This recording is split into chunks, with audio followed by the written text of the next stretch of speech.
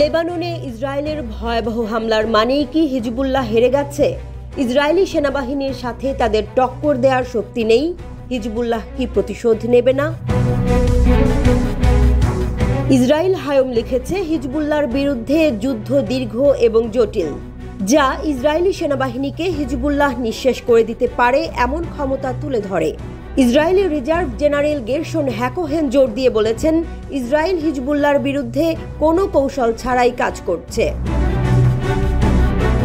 বিপরীতে লেবাননের প্রতিরোধ যোদ্ধারা কৌশলী ছিল এবং তারা ইসরায়েলি আগ্রাসনের গতি মোকাবেলার ওপর জোর দিয়েছে। এটি একটি গুরুতর পরিস্থিতি যেখানে হিজবুল্লাহর অস্ত্র ভান্ডার এবং তাদের সক্ষমতা ইসরায়েলের জন্য একটি চ্যালেঞ্জ হয়ে দাঁড়িয়েছে। সংবাদপত্রটির ভাষায়, রকেট, ক্ষেপণাস্ত্র ও ড্রোনের উপস্থিতি ইসরায়েলের জন্য উদ্বেগের বিষয়। এর ফলে অঞ্চলে উত্তেজনা বৃদ্ধি পেতে পারে এবং সংঘাতের ঝুঁকি বাড়াতে পারে। এই পরিস্থিতিতে কূটনৈতিক সমাধানের প্রয়োজনীয়তা বাড়ছে। ইসরায়েলের জনমত এবং লেবাননের যুদ্ধের প্রতি তার অবস্থান সম্পর্কে ইসরায়েল হায়ম নিশ্চিত করেছেন যে বসতি স্থাপনকারীরা আরেকটি যুদ্ধের গতিশীলতাকে সহ্য করতে পারবে না। এটা তাদের জন্য চরম হতাশার। ইসরায়েলের জনমত যুদ্ধ নিয়ে অত্যন্ত উদ্বিগ্ন। বসতিকারীরা আরেকটি সংঘাত সহ্য করার মতো অবস্থায় নেই। এটি সম্ভবত ইসরায়েলের রাজনৈতিক এবং সামাজিক অঙ্গনের মধ্যে চাপ সৃষ্টি করছে, কারণ যুদ্ধের সম্ভাবনা তাদের নিরাপত্তা ও স্থিতিশীলতার জন্য মারাত্মক পরিণতি ডেকে আনতে পারে। এই প্রেক্ষাপটে ইসরায়েলি মিডিয়া প্রশ্ন তুলেছে, হিজবুল্লাহ কি পরাজিত হয়েছে? তারা কি আত্মসমর্পণ করবে?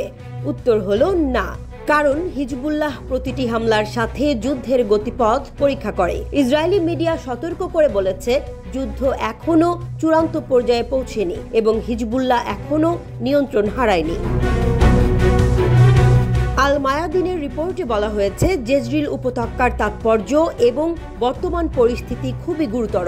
এটি মার্জ ইবনে আমেরের একটি গুরুত্বপূর্ণ অংশ, যা উত্তরের সংঘাতের নতুন ফ্রন্টের প্রতিনিধিত্ব করছে। হিজবুল্লাহর রকেট নিক্ষেপের ফলে সেখানে বসতি স্থাপনকারীরা ব্যাপকভাবে ক্ষতিগ্রস্ত হচ্ছেন এবং হতাহত হওয়ার ঘটনাও ঘটছে।